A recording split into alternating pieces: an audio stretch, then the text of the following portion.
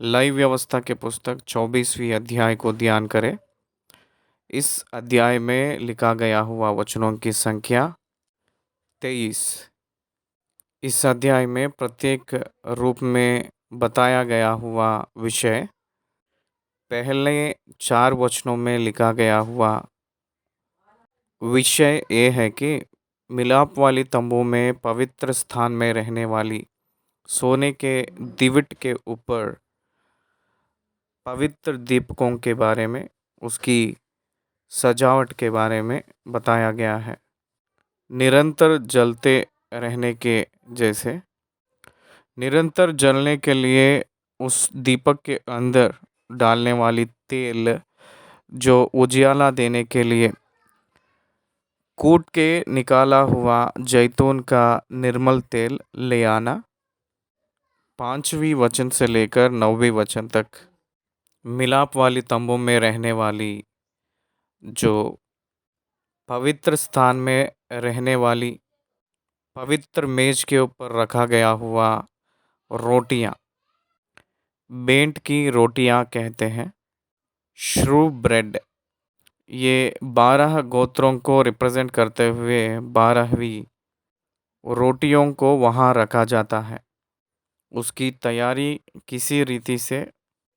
किस रीति से उसका तैयारी होना है उसके बारे में बताया गया है। 10वीं वचन से लेकर 12वीं वचन तक एक मिस्री और इस्राएलियों के बीच में पैदा हुआ पुरुष परमेश्वर की सम्मुख में उनकी नाम को निंदा करके शाप देने लगा लोगों के आगे। उसको छावनी से बाहर ले जाने के लिए आज्ञा दिया गया है। ये विषय 10वीं वचन से लेकर 12वीं वचन के बीच में this is the first jail और रिमांड यहाँ लिखा गया है।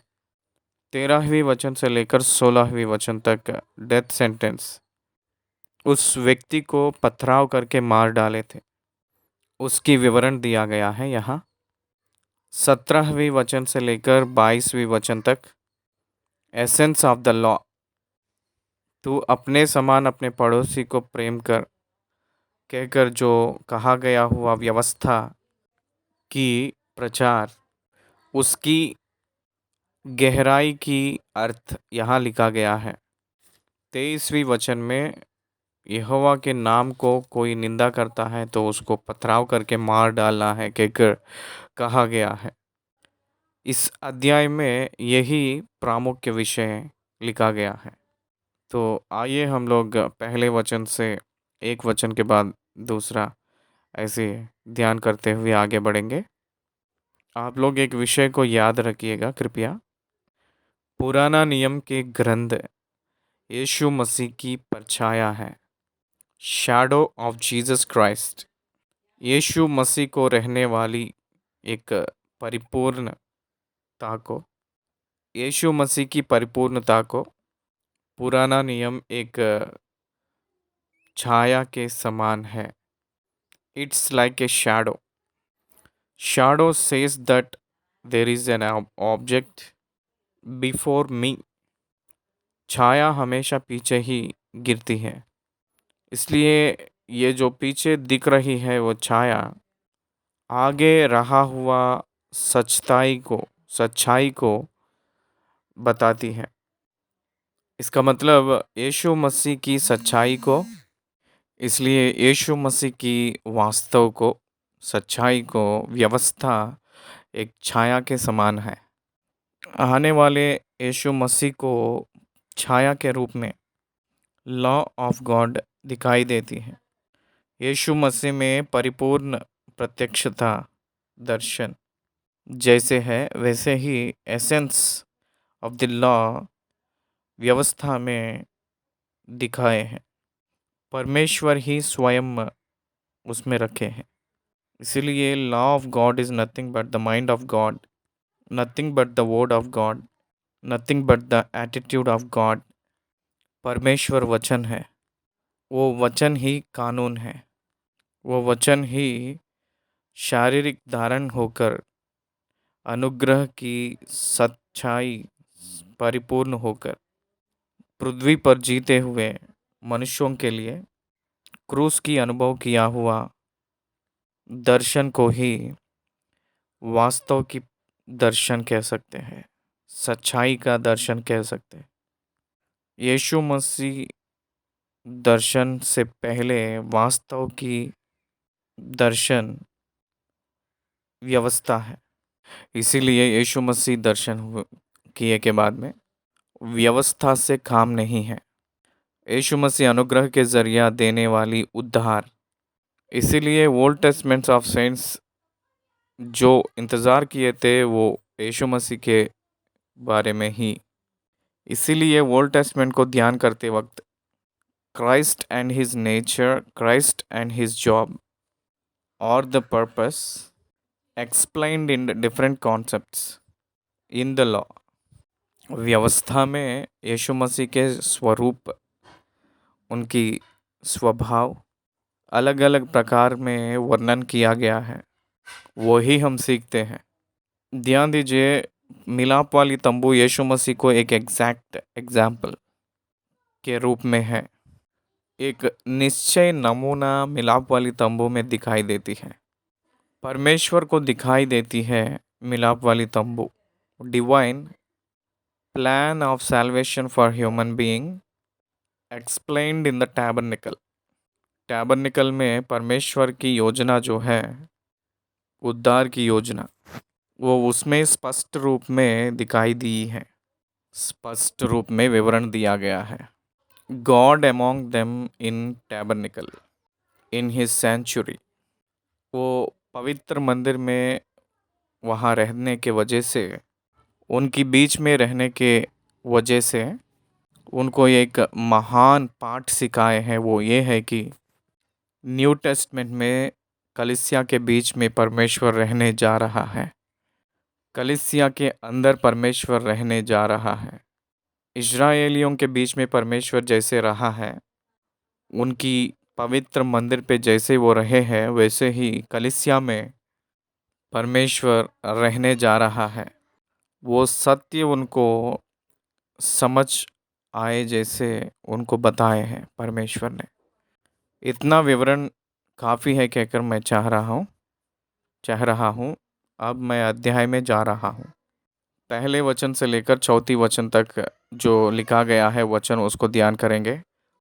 फिर यहोवा ने मूसा से कहा, इस्राएलियों को यह आज्ञा दे कि मेरे पास उजियाला देने के लिए कूट के निकाला हुआ जैतून का निर्मल तेल ले आना कि दीपक नित्य जलता रहे।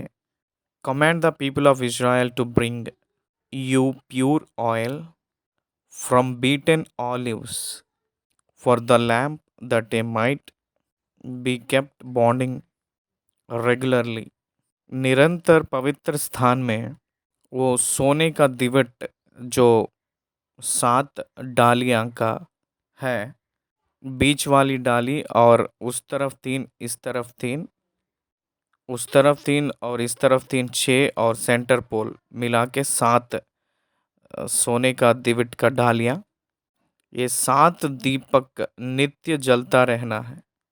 That is the only source of light in the Holi place. पवित्र स्थान में केवल वो ही उजाला देने वाली है। उसको 7 कैंडल्स हैं, 7 द्वीप का डालियां हैं। उस 7 डालियों में तेल डालकर और उसके बीच में जलने की वो रस्सी डालकर निरंतर जलाते रहना है। याजक लोगों के काम यह है कि उसको निरंतर साफ करते हुए उसको जलाते रहना है। उसको जलाते वक्त हमेशा कभी भी बुझना नहीं है, उस ना बुझे जैसे उसका देखभाल करना है। मिलाप वाली तंबू में पवित्र स्थान में every time light must be there. उसको जो ज़रूरी है वो ये है कि निर्मल तेल जैतून का। It indicates the holy spirit God and the holy spirit God gives us the light and the fire in our spirit and the Holy Spirit God show us our real condition of the Lord. इसीलिए पवित्र स्थान हम लोगों को अपनी अंदरूनी को बताती है। अपनी सारी अंदरूनी परमेश्वर से भरना है, परमेश्वर के रोशनी से भरना है। अपनी अंदरूनी में निरंतर परमेश्वर के सम्मुख में आराधना करते हुए रहना है। धूप की वेदी में डालने वाली स्पेशल फ्रैग्रेंस के रूप में अद्भुत रीति के सुगंध की खुशबू के जैसे, धुआं के जैसे निरंतर वो कमरा भर पूरा खुशबू से, यीशु मसीह के जीवित खुशबू से सारी हृदय भर जाना चाहिए। मेज के ऊपर रखा गया हुआ रोटी यीशु मसीह को दर्शाती है।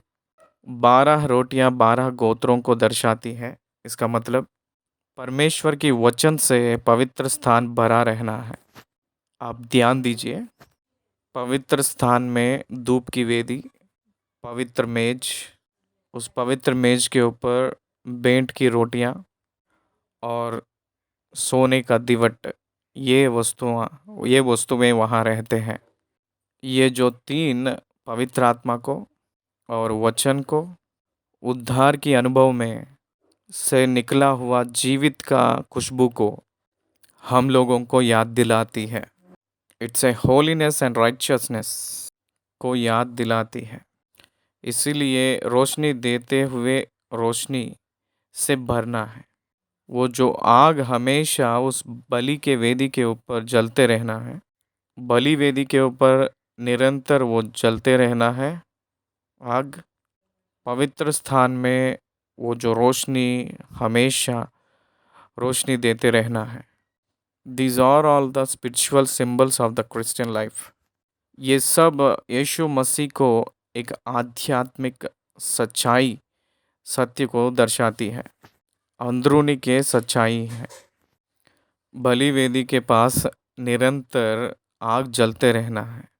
इट शुड नॉट वेन, वो एम्प्टी ना रहना है, वो बुझना नहीं है, निरंतर वहाँ जलते रहना है। एवरी टाइम उसकी एशेस को क्लीन करते रहना है। पीतल की अवधि रहना है आउटर कोट पे। आंगन में अवधि रहती है पीतल की, उसके नीचे तख्त रहना है। हाथों को धोने वाली पीतल की अवधि रहना है, उसमें जल रहती है, उससे हाथों को धो लेना है। इसलिए ये सब वस्तुएं यीशु मसीह को दर्शाते हैं। इसलिए परमेश्वर की वचन कहती है कि ये जो जैतून की तेल, ऑलिव ऑयल कूट कर उसको लेकर आना है। It shows the body of Christ. कूटा गया हुआ जैतून का तेल, ऑलिव ऑयल, यीशु मसीह की शरीर को कूटा हुआ जैसा ये दर्शाती है। It's a great experience. यीशु मसीह क्रूस में कूटा गया है, इसी के वजह से वो अपने शारीरिक मौत को अनुभव करके वो जो भेजा गया हुआ पवित्र आत्मा को हम लोगों को दिया है, सहायक को। The holy spirit God is light in our life and lighten in our life. हम लोगों को रोशनी से जलाती है और हम लोगों को जगाती है। वो और कोई नहीं, पवित्र आत्मा परमेश्वर ही है। हारून उसको मिलाप वाले तंबू में साक्षी पत्र के बीच वाले पर्दे से बाहर यहोवा के सामने नित्य सांझ से भोर तक सजा कर रखे। यह तुम्हारी पीढ़ी पीढ़ी के लिए सदा की विधि ठहरे। It is the responsibility of a priest, individual responsibility. इसका मतलब जो उद्धार पाया हुआ व्यक्ति की जिम्मेदारी ये है कि वो निरंतर वो उजाला रहने के जैसा देखभाल करना है। आपको ये एक विषय मैं बताना चाह रहा हूँ। परमेश्वर ने हम लोगों को, सारे इंसानों को 24 घंटा दिया है। आज हम लोग बहुत खतरे चीज़ में जी रहे हैं, खतरे में जी रहे हैं। वो ये है कि सोशल मीडिया। अगर आप लोग एंड्रॉयड फ़ोन पाए हुए लोग हैं तो आपके हाथों में एंड्रॉयड फ़ोन रहेगा तो उसमें ट्विटर रहती है, फेसबुक रहती है, व्हाट्सएप रहती है, सोशल मीडिया रहती है, यूट्यूब भी रहती है। अधिक तरह के लोग उसी से जी रहे हैं। ये दुनिया को कंप्लीट पिक्चर है ये। दुनिया को आपके अंदर दिखाई देती है। दुनिया को आपके अंदर दिखा देती है। ये जो सोशल मीडिया जो मैं अभी तक कहा गया हूँ, वे सब आपकी समय को चोरी करने वाली एक चोर के समान वो है कहकर उतना खतरा आपको है कहकर आपको पहचानना है और वो ऐसे ना होने के जैसे आप अपने जीवन को जांच लेना चाहिए। आपकी आत्मिक जीवन को बुझाने वाली और कमज़ोर करने वाली आपकी समय को चोरी करके आपको दुनिया में मिलाने वाली जो भी है उसकी ओर नहीं मुड़ना है आपको। इसीलिए इंटरनेट में परमेश्वर की वचन की परिपूर्ण विषयों को अगर आप ध्यान करेंगे तो the same social media will turn a blessing to you. आपको एक आशीष के रूप में बदल जाती है। इसलिए हम लोग अपने समय को परमेश्वर के वचन के लिए, परमेश्वर की अगुवा के लिए, परमेश्वर की आत्मा के भरपूरी के लिए इस्तेमाल करेंगे तो हम लोग निरंतर जलते रहते हैं। आपकी आत्मा अलर्ट रहती है हमेशा। इट्स ऑलवेज अलर्ट, जागते रहती है हमेशा। इसका मतलब यह है कि सजा कर रखे, इसका मतलब यह है कि it is the responsibility of yours. वो जलने का काम जो है वो जिम्मेदारी आपका ही है हारून। यस, हम लोग में वो रोशनी हमेशा जलते हुए जैसे हमेशा हम लोग उस दिया को साफ करते रहना रहना चाहिए। इसका मतलब अपने हृदय को पश्चाताप से परमेश्वर के सम्मुख में याद करते हुए परमेश्वर के सम्मुख हम लोग अपने आप को दिखे जैसे अगर हम कोशिश करेंगे तो परमेश्वर हम लोगों को सहायता करेगा और वो अपने आगे आएंगे। यूहन्ना रचित सुसमाचार पहली अध्याय का 7वीं 8वीं और 9वीं वचन देखेंगे तो पहली यूहन्ना के पत्री पहली अध्याय का 7, यीशु का लहू हमें सब पापों से शुद्ध करता है कहकर लिखा गया है। इसलिए the blood of Jesus Christ, यीशु मसीह के लहू के पास हम लोग आना है। इसका मतलब यह है कि परमेश्वर के सम्मुख हम लोग प्रार्थना करना है, यादगारी प्रार्थना करना है और गिड़गिड़ाना है और परमेश्वर के सम्मुख हे प्रभु मुझे क्षमा कर कहकर हम लोग माफ़ी मांगना है। अगर ऐसे कोई भी नहीं पूछता है, उसकी जीवन रोशनी से नहीं भरती है, जलेगी नहीं। पाप की क्षमा के ऊपर हमेशा आपकी फोकस रहना है। जब हम लोगों के अंदर वो एटीट्यूड रहती है तो परमेश्वर उस समय हमको क्षमा करता है। इस दुनिया की गंदगी ना हम लोगों को लगे जैसा परमेश्वर हमको बचाता है। जब जब हम लोग परमेश्वर की आत्मा के वजह से बढ़ते हुए, आगे बढ़ते हुए, चलाते हुए जलने के अनुभव में हम लोग रहते हैं। पवित्र स्थान हमेशा रोशनी से भरा हुआ रहती है, जलते हुए रहती है। वो जो देखभाल की जिम्मेदारी हम लोग लेना है। We should not allow the darkness in holy place. पवित्र स्थान में अंधेरा ना आने की जो देखभाल करने का जिम्मेदारी परमेश्वर की दास यानी याजक और प्रधान याजक लोगों का ही है। He is the responsible one.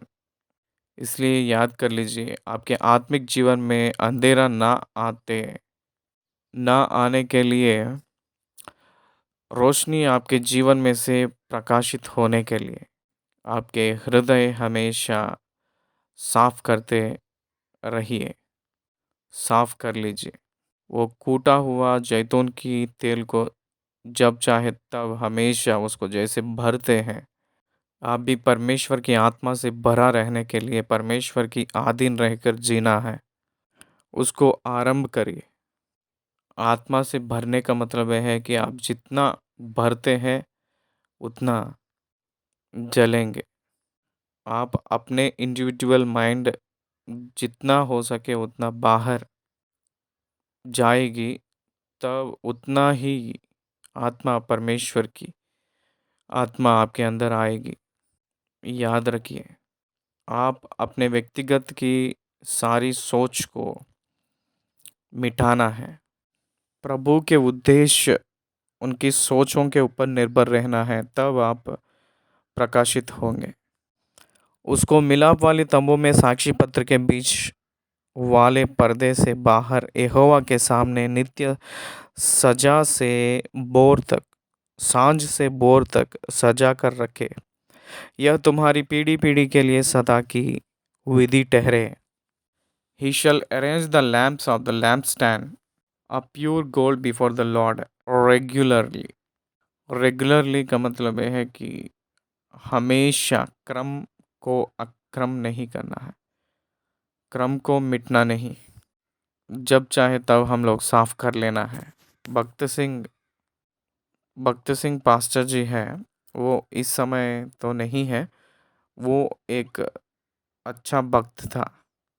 वो बहुत कलीसियाओं को बनाए हुए महान परमेश्वर के दास हैं। वो हमेशा हर दिन रात को सोकर सुबह जागते ही और सुबह जाग के शाम को सोने से पहले, सुबह से लेकर शाम तक जो भी बुरे सोच, बुरे विचार, बुरे जो भी नज़र या जो भी गलतियां हैं, वो सब कुछ परमेश्वर के सम्मुख बैठकर मांग मांग के माफ़ी मांग कर प्रार्थना करके वो सोते थे।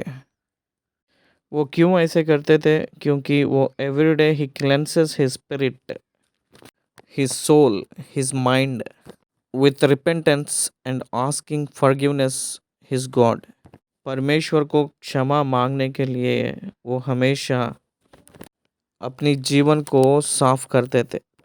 जैसे अपने शरीर को दिन भर दिन साफ करते हैं, वैसे हम लोग अपने आत्मा को भी साफ करना चाहिए। You should not live in sin. पाप में निवास नहीं होना है। We should not come out of it. उसके ऊपर जय पाना है, उसको छोड़ना है, त्यागना है। यही हम लोग इसमें सीख रहे हैं। उसके बाद 5वीं वचन से लेकर 9वीं वचन तक बेंट की रोटियां। ये मैदा को लेकर एक एक पंक्ति पर 6 6 भाग बनाना है। तो मैदा लेकर 12 रोटियां पकवाना। प्रत्येक रोटी में एपा का 2 दशवांश मैदा हो। तब उनकी 2 पंक्तियां करके एक एक पंक्ति में 6 6 रोटियां स्वच्छ मेज पर यहोवा के सामने धरना है। देखिए क्रम कैसे बता रहे हैं। कितनी वज़न का वो आटा लेना है बताया है। कौन सी आटा लेना है बताए हैं। मैदा भी यीशु मसीह को ही दर्शाती है, उनको कूटा हुआ शरीर को दर्शाती है। इसलिए वो रोटी यीशु मसीह जो प्रभु भोज में सारे लोगों को देने के लिए जो तोड़े हैं, वो रोटी को दर्शाती है। इसलिए ये जो रोटी हमेशा परमेश्वर के शरीर को दर्शाती है। ये परमेश्वर के वचन को याद दिलाती है। 12 गोत्रों को जो ज़रूरी है वो भोजन को याद दिलाती है। यीशु मसीह को जो ज़रूरी है वो संपूर्ण आत्मिक भोजन को ये रोटी याद दिलाती है। एक स्वच्छ मेज पे रखा जाना है, स्वच्छ मेज पे रखना है।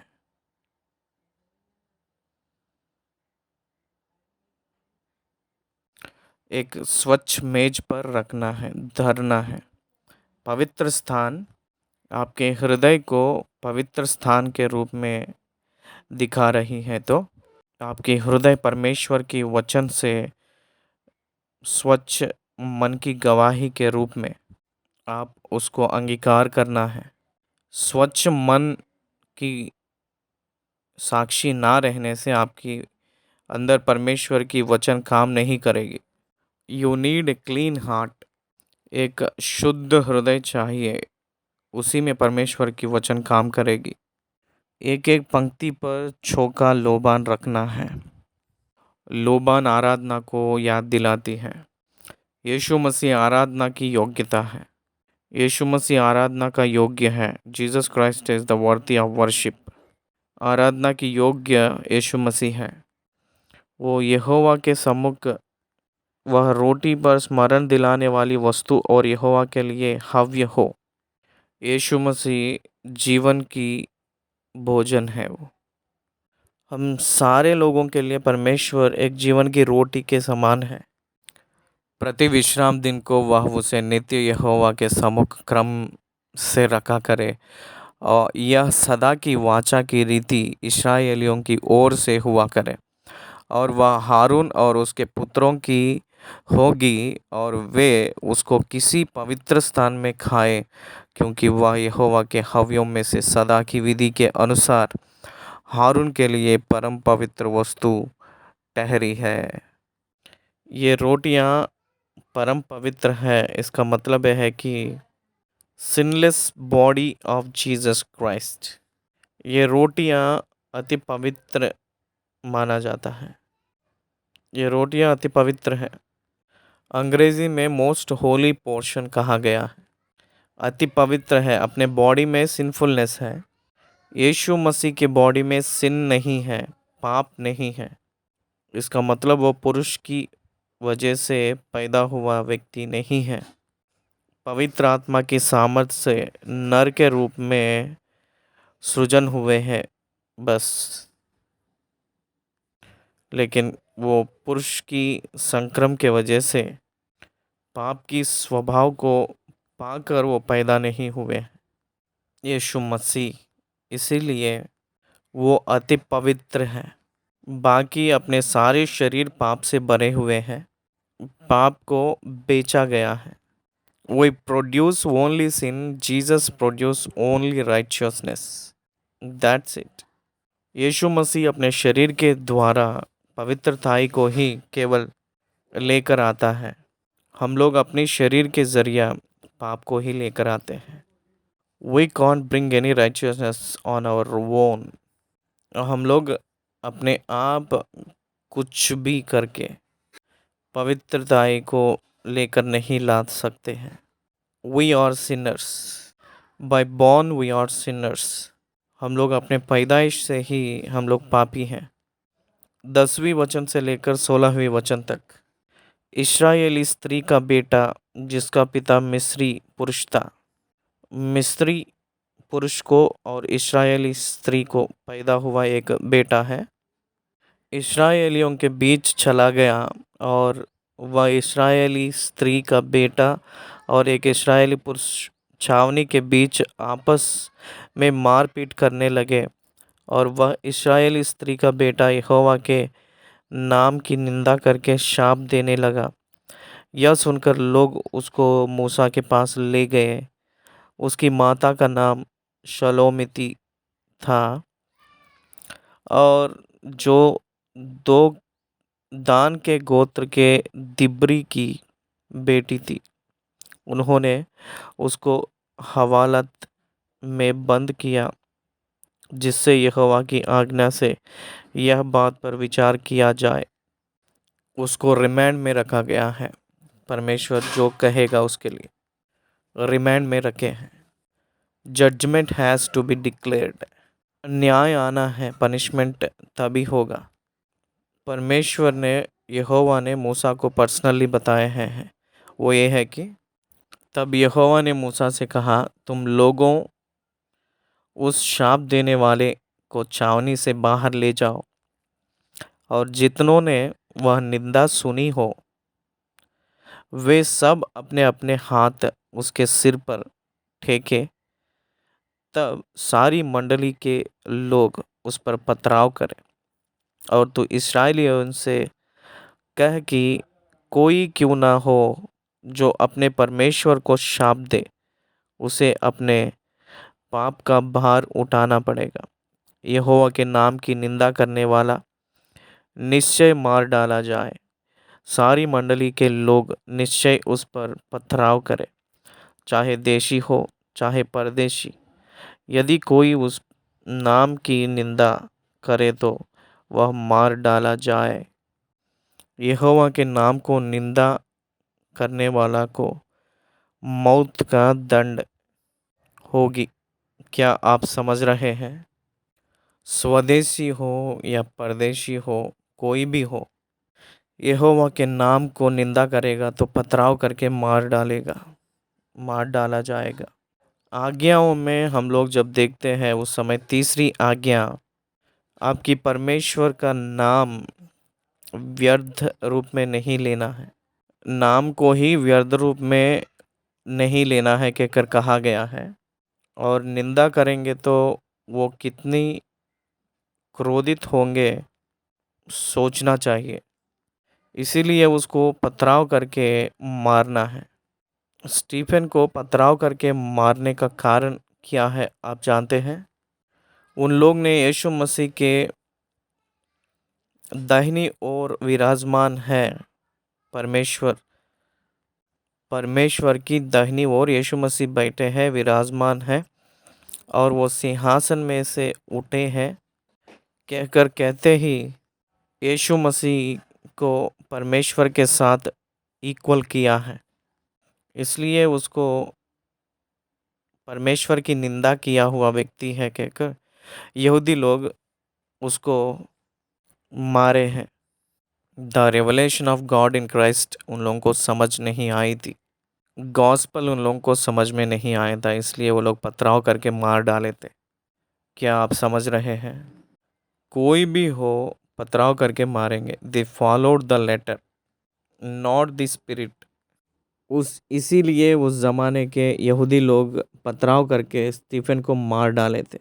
वो ऑर्गेनाइज किया हुआ व्यक्ति साउल था। वो पौलुस के रूप में बदले के बाद उसी के परिवार को बपतिस्मा दिया है। क्या आप समझ रहे हैं? इसलिए वो बहुत भयानक क्राइम के रूप में दिखाया गया है, नियुक्त किया गया है। 17वीं वचन से लेकर 23वीं वचन तक जो लिखा गया वचन भाग एसेंस ऑफ द लॉ लिखा है, व्यवस्था को लिखा है। व्यवस्था का मतलब ये है कि व्यवस्था में लव है, व्यवस्था में प्रेम है। Love is the motivating fact in the law of fact. अपने समान अपने पड़ोसी से प्रेम करके कहे हैं, क्योंकि अपने आप को तो प्रेम करते हैं सब लोग, अपने पड़ोसी को भी अपने समान प्रेम कर।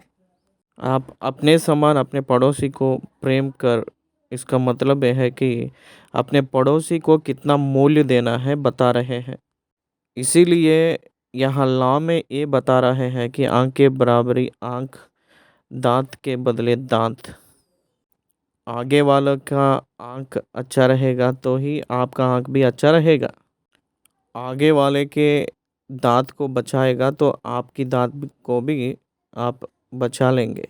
इसीलिए आपकी दांत आप बचा लेते हैं, तो इसलिए आगे वाले की दांत नहीं घुमाना आपकी जिम्मेदारी है।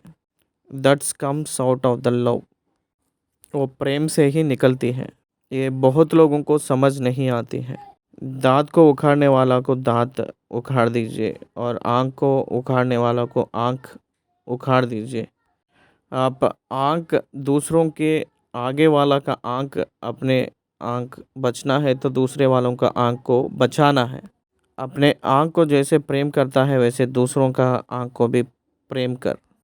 पड़ोसी को हानि नहीं पहुंचाना है, क्योंकि अपने आप को कोई भी हानि नहीं पहुंचाता है। इसीलिए कोई भी अपने शरीर को हानि नहीं पहुंचाता है, दूसरे अपने पड़ोसी का शरीर को भी हानि नहीं पहुंचाना है कहकर ये बात कहा गया है।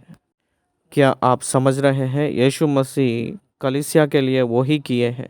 That is the agape love. The Lord of God is filled with the agape love. वो हम लोग समझना चाहिए।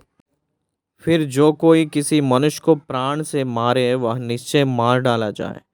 जो कोई किसी घरेलू पशु को प्राण से मारे वह उसे बर दे, अर्थात प्राणी के बदले प्राणी दे। कोई भी किसी के प्राण को निकालना नहीं है। सुसाइड करने के लिए इसका मतलब अपने प्राण अपने खुद लेना नहीं है। होमिसाइड करने के लिए भी नहीं है, क्योंकि मर्डर करने के लिए भी नहीं है, क्योंकि प्राण जो दिया है वो परमेश्वर ही है। प्राण जो लेगा वो भी परमेश्वर ही है। प्राण को निकालने की अधिकार किसी को नहीं दिया है। समझ लीजिए, परमेश्वर जो कंडम किया है वही कंडम होना है बस। प्राण निकालने का अधिकार किसी को नहीं है। जो कोई किसी घरेलू पशु को प्राण से मारे वह उसे भर दे, अर्थात प्राणी के बदले प्राणी दे। फिर यदि कोई किसी दूसरे को चोट पहुंचाए तो जैसा जैसा उसने किया हो वैसा ही उसके साथ भी किया जाए, अर्थात अंग अंग करने के बदले अंग भंग किया जाए, आँख के बदले आँख, दांत के बदले दांत।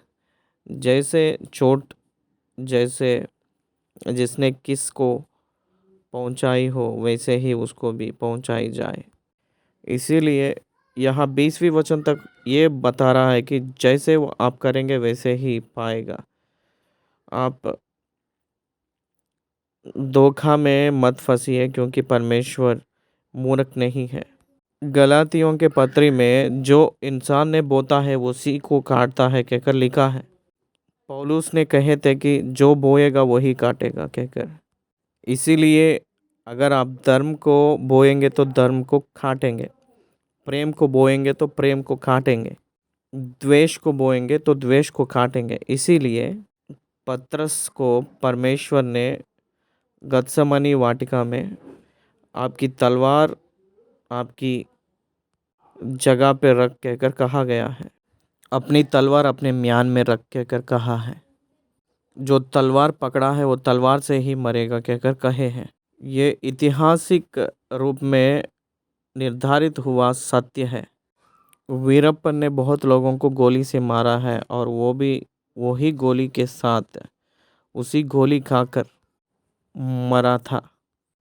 It's a truth. परमेश्वर को जो महिमा किए थे वो भी उनको महिमा किए थे। बहुत लोग महान के रूप में गिना गया है। It's a fact. इसका मतलब व्यवस्था की अर्थ ये है कि अपने आप को जैसे प्रेम करते हो वैसे पड़ोसी को भी प्रेम करो। कोई भी पक्षपात ना दिखाकर अपने पड़ोसी को प्रेम करो। आपकी पड़ोसी कौन है? हर एक व्यक्ति आपका पड़ोसी ही है। Love your neighbour as you love yourself. जैसे अपने आप को प्रेम करते हो वैसे पड़ोसी को भी प्रेम करो। आपका भी भूख ही मिटना ही नहीं, दूसरों का भूख भी मिटाना है। आप ही केवल स्वस्थ रहना नहीं, दूसरों का स्वास्थ्य को भी देखना है। केवल आपका ज़रूरतों को ही देख लेना नहीं, दूसरों का ज़रूरतों को भी पूरा करना है। This is the love of agape. ये अगापे का प्रेम है। परमेश्वर जैसे अपने आप को प्रेम किया है वैसे इस पड़ोसी को भी प्रेम किए हैं। मनुष्यों को भी अपने आप को जैसे प्रेम किए वैसे प्रेम किए हैं। इसलिए प्रेम की पाठ व्यवस्था है। पशु को मार डालने वाला उसको भर दे, परंतु मनुष्य को मार डालने वाला मार डाला जाए। तुम्हारा नियम एक ही हो, जैसा देशी के लिए वैसा ही परदेशी के लिए भी हो। मैं तुम्हारा परमेश्वर यहोवा हूँ। Impartial one. God has no partiality. When God judges, he equally judges everyone. हर एक व्यक्ति को न्याय में समांतर रूप में देखता है परमेश्वर। उनमें पक्षपात नहीं है। स्वदेश है विदेशी है कहकर पक्षपात नहीं है। इज़राइल है, अन्य है कहकर पक्षपात नहीं है। अतः मूसा ने इस्राएलियों को यह समझाया, तब उन्होंने उस शाप देने वाले को छावनी से बाहर ले जाकर उस पर पथराव किया, और इस्राएलियों ने वैसे ही किया जैसा यहोवा ने मूसा को आज्ञा दी थी। एग्जीक्यूट किए थे, जो गॉड्स जजमेंट को एग्जीक्यूट किए थे, इसीलिए उसको पथराव करके मार डालने के लिए कहे हैं। वैसे ही उसी रीति से उसको पथराव करके मार डाले थे। ये कठिन सजा है। व्यभिचार के विषय में पथराव करके मार रहे हैं। आप लोग यूहन्ना रचित सुसमाचार 8वीं अध्याय में व्यभिचार में पकड़ा गया हुआ स्त्री को देखते हैं। पथराव करके मारने के लिए आए थे। व्यभिचार में पकड़ा हुआ उस स्त्री को मारने के लिए लिखा है, इसीलिए उसको पथराव करके मारने के लिए आए हैं लोग। परमेश्वर ने क्या कहे थे, आप में से कोई भी पाप नहीं किया है, निष्पाप हो तो पहला पत्थर डालो कहे हैं। वो कहकर नीचे झुककर अपने उंगली से कुछ लिख रहे थे रेती पे। क्या लिखे हैं? मेरे सोच के हिसाब से व्यवस्था ही लिखा होगा। धर्म व्यवस्था हर एक मनुष्य को पाप के रूप में दिखाई है। The law of God made all our men sinners. Very simple concept है ये। इसलिए कोई भी पत्थर नहीं फेंके थे उनके ऊपर, चले गए वापस। पत्थरों को छोड़कर चले गए थे, जहाँ के लोग वहाँ चले गए। यीशु ने कहे थे, मैं भी आपको सजा नहीं दूंगा कहे हैं। एक ब्राह्मण के पंडित एक यहाँ ऑब्जेक्शन लाए थे, मैं भी पापी हूँ, मैं भी पत्थर नहीं फेंकूंगा कहकर कहे हैं। क्या यीशु मसीह ऐसे कहे हैं क्या? मैं भी तुझे सजा नहीं दूंगा। वहाँ परमेश्वर के स्थान में यीशु मसीह बात कर रहे हैं। परमेश्वर प्यार चाह रहा है, बदला नहीं। परमेश्वर न्याय को चाह रहा है या क्षमा को चाह रहा है? क्षमा को चाहता है यीशु मसीह ने। वो क्षमा करने के लिए तैयारी के मन है। इसीलिए न्यू टेस्टमेंट में हम लोग देखें तो व्हाट इज़ द डिफरेंस, क्या अंतर है? ओल्ड टेस्टमेंट में हम लोगों को लॉ अप्लाई होते वक्त पाप किए हुए व्यक्ति को पथराव करके मार डाले थे। न्यू टेस्टमेंट पीरियड में यीशु मसीह की क्रूस हर एक मनुष्य के पाप की प्रायश्चित है। इसीलिए पश्चाताप करने की मौका परमेश्वर देते हुए आ रहे हैं। न्याय के दिन वो उसको लेकर आएंगे। अंधेरा के संबंधित हर एक चीज़ को वो लेकर आएंगे आगे, और वहाँ न्याय करेगा। तब उन लोगों को आग के भट्ठी में डालेगा। अब है तो व्यभिचार में जो पकड़ा गया हुआ व्यक्ति को क्षमा करके उसको पथराव करने के लिए वो जो लॉ आज नहीं है, because today is the church, this is the time of the church. कलीसिया की काल है, व्यवस्था की काल नहीं है। इसलिए परमेश्वर क्षमा करने के लिए न्यू टेस्टमेंट में कहा गया है। उस दिन में इजरायलियों के पाप की प्रायश्चित होने के लिए उनकी डेथ सेंटेंसेस डिक्लेयर किए हैं। वो death sentences declared means death sentences once God declared means he was condemned, means eligible, he is the eligible to the hellfire after the judgment कहकर अर्थ आती है। अनुवाद करने वाले ये बात को बहुत क्लियरली अनुवाद करना है। व्यवस्था के वजह से एक व्यक्ति कंडेम किया गया है पत्थरों से मारकर। परमेश्वर ही पथराव करके मारने के लिए कहे हैं। Even in the judgement also that fellow has set to the hell fire. न्याय के बाद वो आग के भट्टी में जाने के लिए नियुक्त किया गया है, इसीलिए उसको पथराव करके मारने के लिए कहा गया है। ये हम लोग समझना चाहिए।